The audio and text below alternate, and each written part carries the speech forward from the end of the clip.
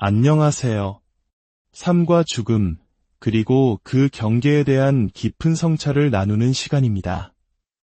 오늘 우리는 죽음의 문턱을 넘었다가 기적처럼 다시 돌아온 한 남자의 경이롭고도 충격적인 임사체험 이야기를 나누고자 합니다.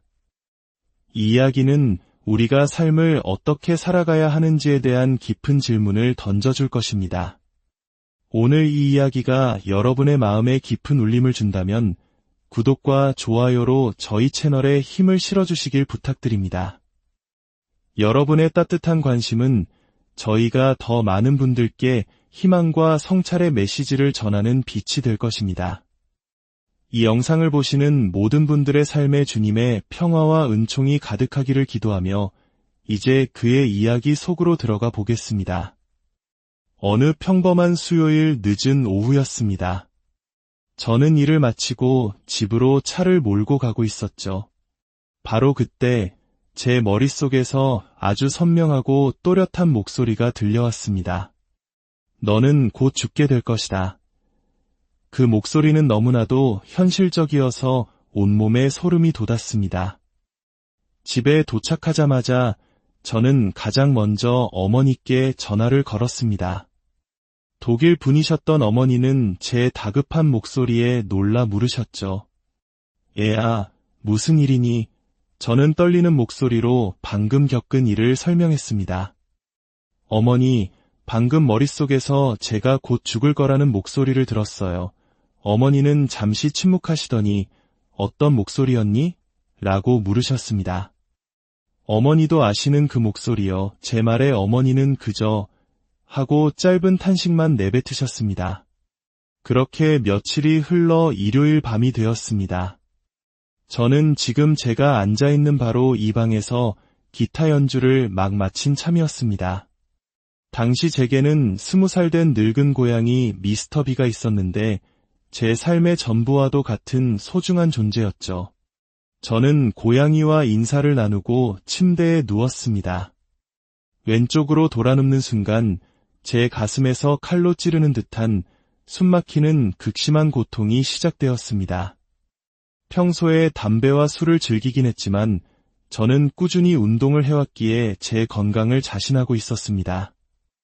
그래서 저는 이것이 최근 시작한 새로운 운동 때문에 생긴 단순한 근육통일 것이라 생각했습니다. 고통을 완화시켜 보려고 침대에서 내려와 팔굽혀펴기를 몇 번 했습니다. 그 덕분인지 잠시 심장으로 가는 혈관이 뚫리는 느낌이 들었지만 다시 침대에 눕자 고통은 더욱 심해졌습니다.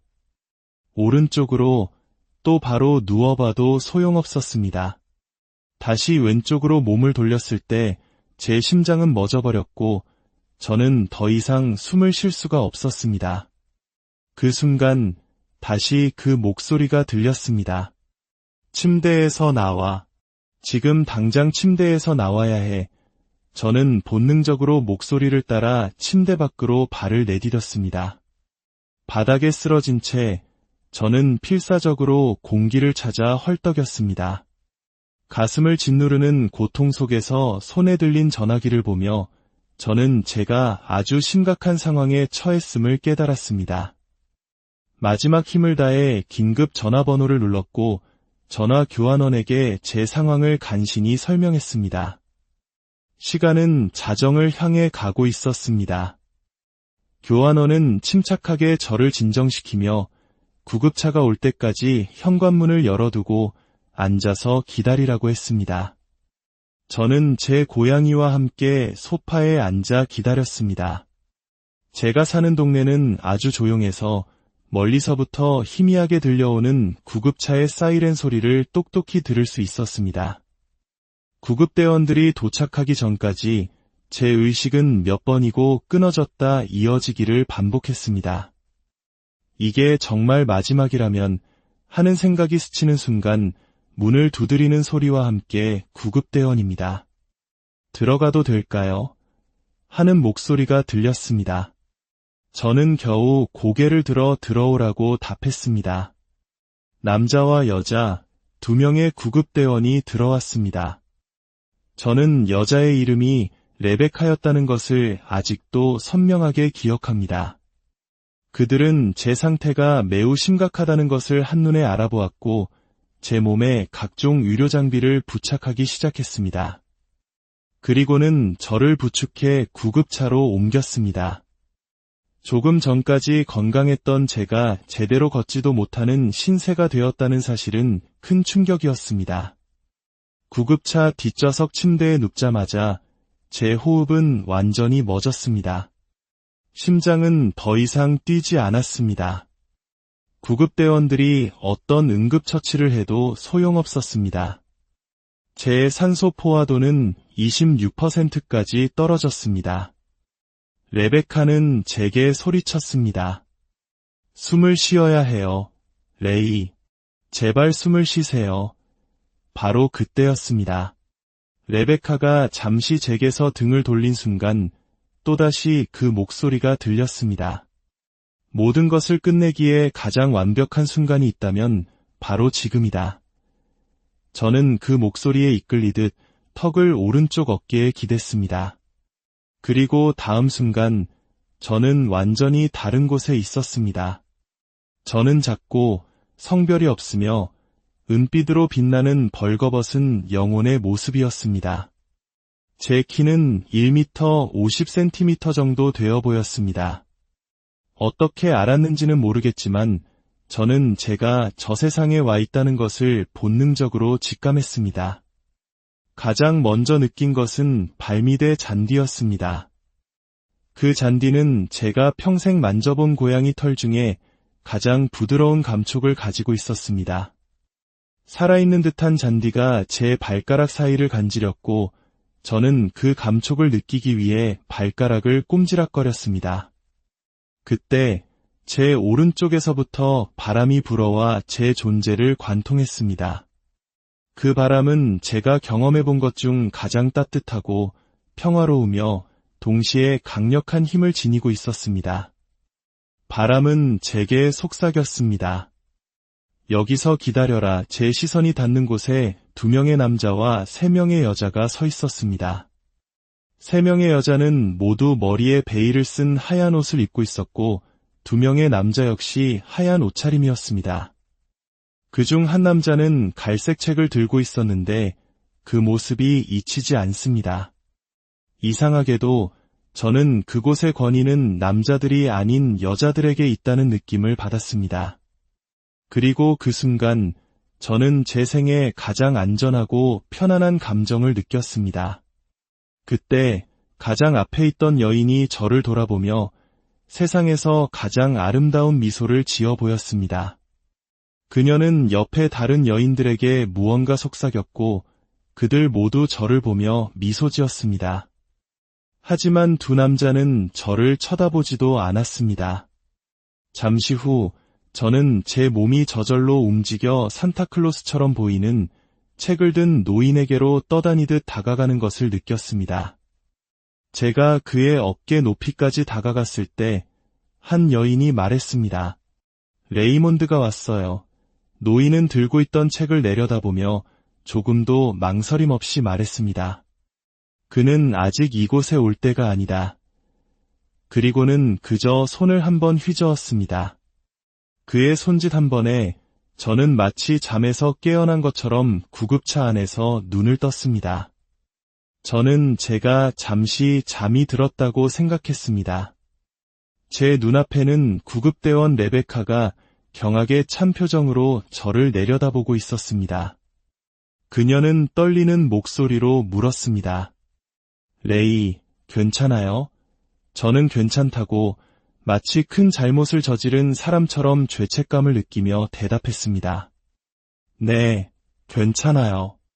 이제 집에 돌아가도 될 것 같아요. 하지만 레베카는 제 어깨를 잡고 단호하게 말했습니다. 아니요, 레이. 당신은 방금 죽었었어요. 그녀는 구급차 안의 시계를 가리켰습니다. 정확히 12시에 당신의 심장이 멎었어요. 당신의 눈은 뒤로 완전히 넘어가 있었고 우리는 제세동기로 당신을 겨우 살려낸 거예요. 저는 그녀의 말을 믿을 수 없었지만 저항할 힘도 없었습니다.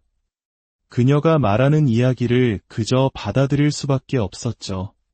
구급차는 병원으로 향했고 저는 복도의 형광등이 빠르게 스쳐 지나가는 것을 보며 응급실로 옮겨졌습니다.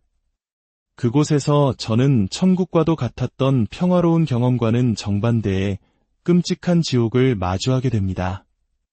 제가 경험했던 저 세상에는 세상에서 가장 아름다운 장미 향기가 가득했습니다.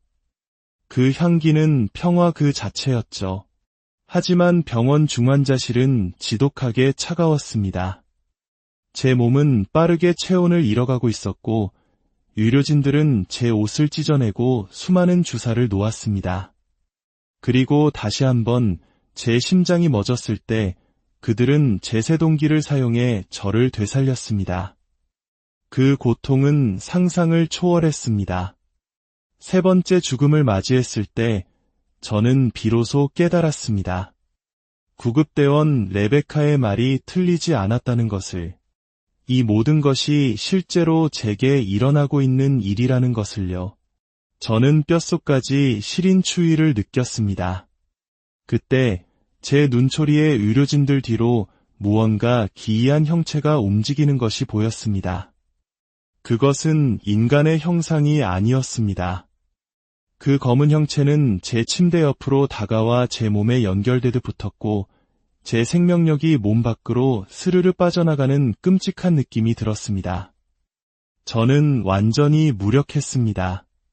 그리고 저는 다시 죽었습니다. 이번에는 유체이탈을 경험했습니다. 제 영혼은 제 이마 위에 앉아 의료진들이 필사적으로 제 몸을 살리려 애쓰는 모습을 내려다보고 있었습니다. 제 몸이 얼마나 차갑고 축축한지 이마에 앉아있는 제 발바닥을 통해 느껴졌습니다. 저는 이번에는 정말 살아남지 못할 것이라고 생각했습니다. 그 순간 저는 잿빛 공간이라 불리는 곳에 있었습니다. 모든 것이 회색뿐인 세상. 저는 다시 작아진 영혼의 모습으로 허리 높이에서 수많은 사람들을 올려다보고 있었습니다. 그들은 모두 회색 트렌치코트를 입고 고개를 푹 숙인 채 마치 거대한 경기장에서 빠져나가는 관중들처럼 한 방향으로 천천히 걸어가고 있었습니다. 누구도 고개를 들려 하지 않았습니다. 두려움의 참모습이었습니다. 제 영혼이 서서히 그들의 머리 위로 떠오를 때 갑자기 날카로운 바람이 불어왔습니다. 그것은 제가 처음 만났던 따뜻한 바람과는 전혀 다른 마치 면도날과도 같은 차가운 바람이었습니다. 그 바람이 사람들의 머리 위를 스치자 그들은 수천 개의 흑연 조각처럼 산산이 부서져 흩어졌습니다. 그 끔찍한 광경을 보며 저는 생각했습니다. 하느님, 감사합니다. 저는 이곳을 벗어나는군요.